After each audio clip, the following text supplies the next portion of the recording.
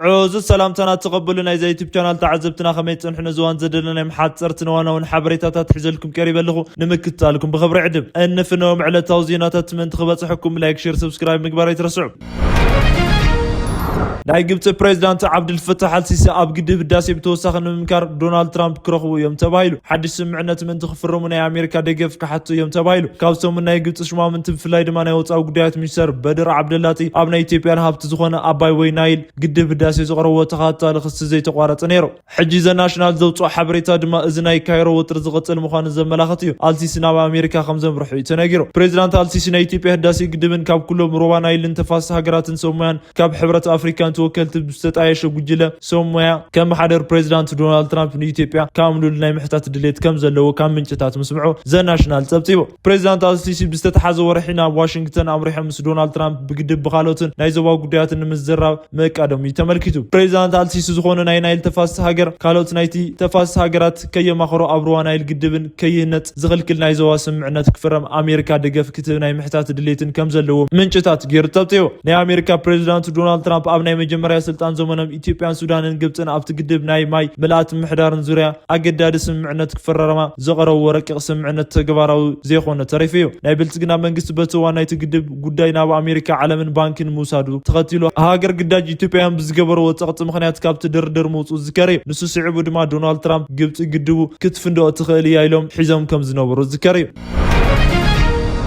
كابسومن كابسبات تግራይ ዝተመሓላለፈ መልእኽታት ዘዘራርቡ ኮይኖም ኣለው ናይ ቀደም ናይ ሜቴክ ዋና ዳይሬክተር ዝነበሩ ጀነራል ክንፈዳኛው ትግራይ ነጻ ሃገር ወይስ ኣብ ኢትዮጵያ ባርነት ኢሎም ኣለው ናይ ሕወሓት ስራሕ አስፈጻሚ ኣባልን አብርሃም ተኸስተ ድማ ከ4 ኪሎ ምሕዳር ዘለዎ ውጥና ዓናን ምጥፋእ ዝብል ዘስምዕዎ ዘረባዩ ሜጀር ጀነራል ዘውዱ ኺሮስ ቦገኖም ኩናት ይመጸሎ خبላ ተሰሚዕን ናይዞም ናይ ትግራይ ሰባት ዘረባ ናይ ትኽልል እዋናዊ ኩነታት ብግልጽ ዘርዮም በሶምና ተዛረቡ ካብ ሰንበት መብርህታት ማእኸል ናይ ቀደም ናይ ሜቴክ ዋና ስራሕ አስፈጻሚ ጀነራል ክንፈዳኛው በቀዳምነት ጥቆስዮም ኣብ ትግራይ ክልል ናይ ስትራቴጂካዊ ኣመራርሓ ፀገም ምህላው ኣልዕሎም ንዘጋጥሞም ውድቀት ግዳማዊ ኣካላት ተሓታት ናይ ምግባር ድሌት ኣብ ትግራይ ኣሎ ክብሉ ነቂፎም ባጀት ወሲኽና ተኸልኪልና እናብሉ ኣብ ትግራይ ዝተላዕለ ሓይሊ እናኸሰሱ ካብ ምቕፃል ንላዕሊ መፍትሒ ምላእ እዩ ትግራይ ዝደሊ ዘሎ ኢሎም ካብ ኣምሓራን ኤርትራን ህዝቢ ምዘለኣለም ብምጥርጣር ብፀላእ ምንባር ኣይከኣልን ከመይ ኣብ ማእኸል ዘለው ፀገማት ንምፍታሕ ዝብል ክንሰርሕ ይግባእ ዝብል ሓሳብ ቀሪቦም ንዓመታት ኣብ ኣዲስ ኣበባ ተኣሲሮም ዝነበሩ ጀነራል ክንፈ ናይ ትግራይ ህዝቢ ክልተ ስትራቴጂካዊ መረጫታት ኣለዎ ምስ ኢትዮጵያ ባርነት ወይስ ናብ ናጽነት ዝብሉ እዮም ኢሎም እዚ ክልቲኡ ንራእዮ ዝብል ምውልዋል ኣየድልን ነጻ ሃገር ስርዓት ንመስረት ብሓደ ወገን ብኻሊእ ወገን ድማ ባርነት ተሰኪምና ንነብር ዝብል ፍልል ይኽእሉ ዘለዎ እዚ ስምረት ግና ናይ ውሽጢ ጥራይ ዘይኮነስ ከባቢና ዝሳተፍ ክኸውን ይግባእ ስትራቴጂካዊ ርክብና ኣብ ኣሕዋትና ተመስሪቱ ካብ ህዝቢ ኤርትራን እውን እዩ ክኸውን ዘለዎ መንግስቲ ኤርትራ እዋን ኩናት ዘብፅሖ ጥፋትን ተሓታትነት ከም ዘለዎ ኮይኑ ኣብ ናይ ትግራይ ናጽነት ግና እንታይ ይብል ዝብል ክንፈልጥ ኣለና ብተመሳሳሊ ምስ ህዝቢ ኣምሓራን ካልኦት ህዝብታትን ዘለና ርክብ ምዕባእ እዩ ዝህልዎ ኢሎም ብተመሳሳሊ ንእንግሊዝ ቻናል 4 ተዛረባ ሜጀር ጀነራል ዘውዱ ኺሮስ ርዕሰ ናይ ትግራይ ናይ ሰላም ሓይልታት እናበላ ዝፅውዕዎን ብብልጽግና ከም ዝድገፍ ዝፍለጡ ዕጡቃት ሓይልታትን ኣጽዋር ናይ ምልዓሎምን ምኽንያት ከብራህራ ተሰሚዕን ጀነራል ዘውዱ ኩናት ይመጽኣሎ ዘይተርፍ ይመስል ኢለን ኣብ ትግራይ ዘሎ ጨቋን ስርዓት ምውጋድ ድማ ዕላማና ምዃን ተዛሪበን ዋና ዕላማና ሕወሓትን ካብ ስልጣን ንምእላይ ናይ ጭቆና ስርዓት ምፍራስን እዩ ካልኣይ ዙር ኩናት እዮም ዝሓሱ ዘለው ቲፒኤልኤፍ ነዚ ኣይቕበልን ህዝብ ዘለዎ ናይ ኩናት ስጋትን ነካፍሊና ኩናት እውን ይመጽእ ከም ዘሎ ምድምዳም ይከኣል እዩ ዝተረፈ ነገር የለን ኢለን ብኻሊ ወገን ካብ ሰሙን ዘዘራረቡ ጉዳይ ናይ ሕወሓት ስራሕ ፈጻሚ ኮሚቴ አባል አብርሃም ተኸስተ ዘረባዩ ንሶም ናይ ክልሉ ህዝቢ ካብ 4 ኪሎ ናይ ብልጽግና ስርዓታት ወገን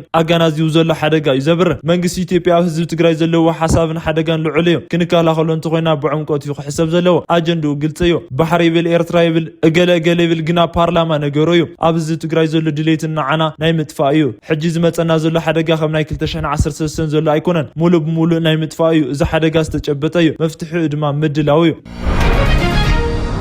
نبي أحمد السياسة فوركن زبط حزل لما تنقطعت قتيلة حورة أوروبا بريطانيا شعبية بالتقنان زلوا محاسبات اللي يخملوا تمالي تيبيان إيرتران بعجر سمعنا مسرت حدا نايتي كالي لالونة المخبار زلوا قرطاني النت من دقنا خرجا قص حورات منقسا زوت ومجلس ذكري حجر ما خلتين هجرات زخون يخون وتروي زي مردا بسلامة ودبلوماسية ومنقد فتح حورة أوروبا بريطانيا نحوس هجرات تحتتن هجرات تناي الجر سمعنا 25 عامت مغنيات مقار زوت ومجلسي أمون تيبيان إيرتران زلوا ترزت تحسس ويلا ሕብረት ኣውሮፓ ናይ ኣልጀርስ ስምምዕነት ብኮሚሽን ደው ዝተወሰነ ናይ ኢትዮ ኤርትራ ደው ብምሉእ ከም ዝድገፍን ኣፍሊጠን ብ1993 ብኣቆጣጽራ ኣውሮፓውያን በአልጀርስ ከምኡውን ብ2010 ብኣቆጣጽራ ኣውሮፓውያን በአስመራ ዝተፈረሙ ስምምዕነት መሰረት ኢትዮጵያን ኤርትራ ናይ ሕድሕድ ሉዓላውነት ነጻነት ሓድነትን ክኽብራ እዩ እቲ ሕብረት ጻውዒት ዘቕረበ ሕብረት ኣውሮፓ ከም ዝበለዎ ቀዳማይ ሚኒስትር አብይ ኣሕመድን ፕሬዚዳንት ኢሳያስ ኣፈወርቂን ቅድሚ ዓመታት ስምምዕነት ክፈራረሙ ከለዉ ክልቲአን ሃገራት ናይ ኣልጀርስ ስምምዕነት በቲ ስምምዕነት ዝተጣየሸ ናይ ዶብ ኮሚሽንን ዝወሰኖ ዶብ ንምኽባር ዘለዎ ቁርጠኝነት ኣረጋጊጾም ነይሮም። ክልቲኦም ኣካላት መን እዮም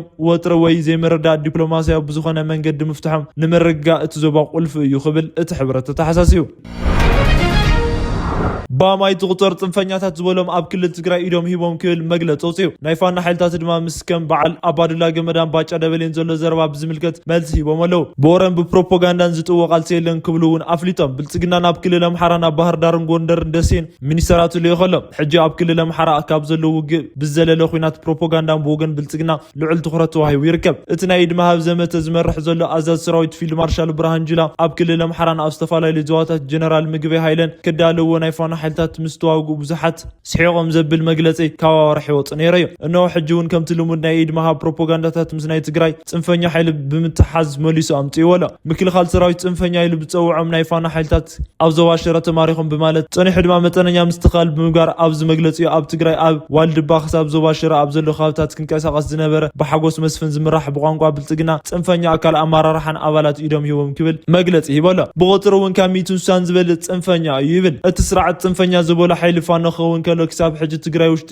ኣትዩ ይንቀሳቐስ ከም ዘሎ ግና ዝተፈለጠ ነገር የለን። እዚ ናይ ስርዓት ስማምንቲ ወተደራዊ ኣመራርሓታት ክስን ምፍራሕን ሕጂ እውን ከም ዝቐጸለ ይርከብ። ናይ ምራቕ እዚ ኣዛዚ ሌተናንት ጀነራል መሐመድ ተሰማ ቅድሚ 2 ዓመታት ዝበልዎን ሎሚ እውን ደጊሞም ተዛሪቦም ኣለው። ጽንፈኛታት ብዝወጽሖም መጥቃዕቲ ምኽንያት ባዕሎም ክኽበሩ ናብ ዘይኽእሉ ደረጃ በፂሖም ኣለው ክብሉ ገሊጾም ናይ ትኽልል ኣምሓራ ኩናት ናይ ወኪል ኩናት እዩ ክብል ዝዛረብዎ እዞም ጀነራል ናይ ኢትዮጵያ ጸላእቲ ዝዝውርዎ እዩ ክብል እውን ቀጺሎም ኣለው። ብስም ጠቒሶም ድማ ፋኖ ምስ ግብፅን ሕወሓትን ኤርትራን ኮይኑ ይሰርሕ ኢሎም እዞም ጀነራል ጥራይ ዘይኮንስ ከም በዓል ባጫ ደበሌን ኣባዱላ ገመዳን ዝኣመሰሉ ናይ ኦህዴድ ብልጽግናታት ሰባትን ዘስምዕዎ ብዋናነት ድማ ቀደም ማሪኽናዮም ዝበልዎም ሻዕብያ ዘተኮረ ሰሙናዊ ዘረባ ዝከር እዩ። ነዚ ናይቶም ስርዓት ሰባትን ኢዶም ሂቦም ንዝተባሃሉ ብዝምልከት ድማ ካብ ፋኖ ኣመራርሓታት መልሲ ተዋሂቡ ኣሎ። ኣመራርሓ ፋኖ ኣስረሳ ኣማረ ን27 ኣዋርሒ ዝተገበረ ናይ ኣምሓራ መንእሰያት መስዋዕቲ ተኸፈለሉን ቃልሲ ካብ ሳልሳይ ወገን ማለት እውን ከም ሻዕብያን ካልኦት ኣካላትን ካብ ውሽጢ ሃገር ድማ ከም ሕወሓት ሓይልታትን ምስ ምትእስሳር ብልጽግና ንስልጣኑ ክብል ዝገብሮ እዩ። እዚ ዘገርም ኣይኮነ ነገር ግና ኢድ ሂብና ዝብሉ ሰባት ይኹኑ ነዚ ቃላት ከም ዝድግፉ ገይሮም ዝፈልጡ ኣካላት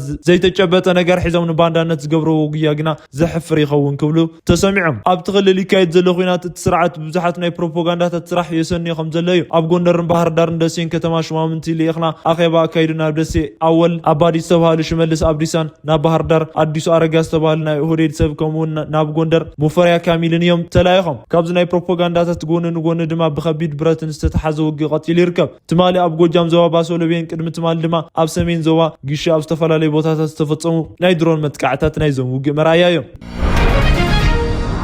ዶናልድ ትራምፕ 150 ሚልዮን ብር ንላዕሊ ዝኸፈልዎ ቪዛ ዕላው ገይሮም ኣለው። ነዚ ቪዛ ንምርካብ ብውሕዱ $15,000 መጀመርያ ክፍሊት ምትሓዝ ግዴታ እዩ ተባሂሉ። ኣሜሪካ ኣብ ኢትዮጵያ ዘሎ ኩነት ናብ ኢትዮጵያ ዝምለስሉ ውልቀ ሰባት ድሕነት ናይ ስጋት ኣይፈጠረን ብማል ኢትዮጵያውያን ተዋሂቡ ዝነበረ ዕቕባ ወይ TPS ምልዓል ዘፍለጠ ትማሊ እዩ። ሃገራት ካልኦትን ኣብ ኣሜሪካ ንምጽናሕ ሕጋዊ መሰረት ዘይብሎም ኢትዮጵያውያን ወጻኢ ናይ ኢትዮጵያ ዜጋታት ኣብ 60 መዓልታት ውሽጢ ካብ ሃገራት ክወጽኡ ክትብል መጠንቀቕታ ምሃባ ይዝከር። ካብዚ ጎኒ ንጎኒ ድማ ናይ ኣሜሪካ ፕሬዚዳንት ዶናልድ ትራምፕ ካብ ዝተፈላለዩ ናይ ዓለም ሃገራት ናብ ሃገሩ ዝኣቱ ዜጋታት 1 ሚልዮን ወይ ድማ 156 ሚልዮን ብር ንላዕሊ ዝኸፍልዎ ጎልደን ካርድ ዝተሰነየ ቪዛ ዕላው ገይሮም። ጎልደን ካርድ ቪዛ ናብ ኣሜሪካ ንምኻድ ብውሕዱ $1 ሚልዮን ምኽፋል ዝኽእል ናይ ወጻኢ ሃገራት ዜጋታት ዝወሃብ ይኸውን። ናይዚ ቪዛ መመልከቲኦም ካብ ምርኣይ ቅድሚ ሕዚ መስርሕ ንምጅማር ዘኽእል $15,000 ወይ ድማ ካብ 2 ሚልዮን ብር ንላዕሊ ምኽፋል የድልዮም። ብኻሊእ ወገን ኣሜሪካ ናብ ሃገራ ቪዛ ዝኣቱ ፈተውታት ዝኾነ ሃገራት በጻሕቲ ናይ 5 ዓመት ናይ ማሕበራዊ ሚድያ ታሪኾም ከርእዩ ንምሕታት መቀዳ ተነጊሩ። ሃገራት ናይ ማሕበራዊ ሚድያ ምንቅስቓስን ናይ ኢሜይል ኣካውንቶም ናይ ቤተሰብ ታሪኾምን ንምሕታት እውን ኣቂዳላ። ኣብ ዝሓለፈ 5 ዓመታት ዝተጠቐምሉ ናይ ስልክ ቁጥር ኣብ ዝሓለፈ 10 ዓመታት ዝተጠቐምሎም ናይ ኢሜይል ኣድራሻታትን ክፈልጡ ይደሊ። ብዘይ ቪዛ ናብ ኣሜሪካ ምእታው ዝኽእሉ ናይ ኣሜሪካ ፈተውቲ ሃገራት እንግሊዝ፣ ጀርመን፣ ኳታርን፣ እስራኤልን፣ ጃፓንን ዝርከቡ 42 ሃገራት እየን። ብቪዛ ናብ ኣሜሪካ ዝመፁ ሰባት ናይ ማሕበራዊ ሚድያ ሓበሬታታት ክቐርቡ ምግባር ምጅማር እውን ዝፍለጥ እዩ። ከውብራት ቤተሰብና ኣለዎም ዝሓዝናይ መርእስተ ጉዳያት ኣብዛዚምና ኣለና። ላይክ ሼር ኮመንት ምግባር ቻናልና ዘለኩም ደገፍ ክትገልጹ ከም ዘይትርሱዕና በልና ብኻልኦት ሓበሬታታት ተመሊስና ክሳብ ነራኸብ ሰላም።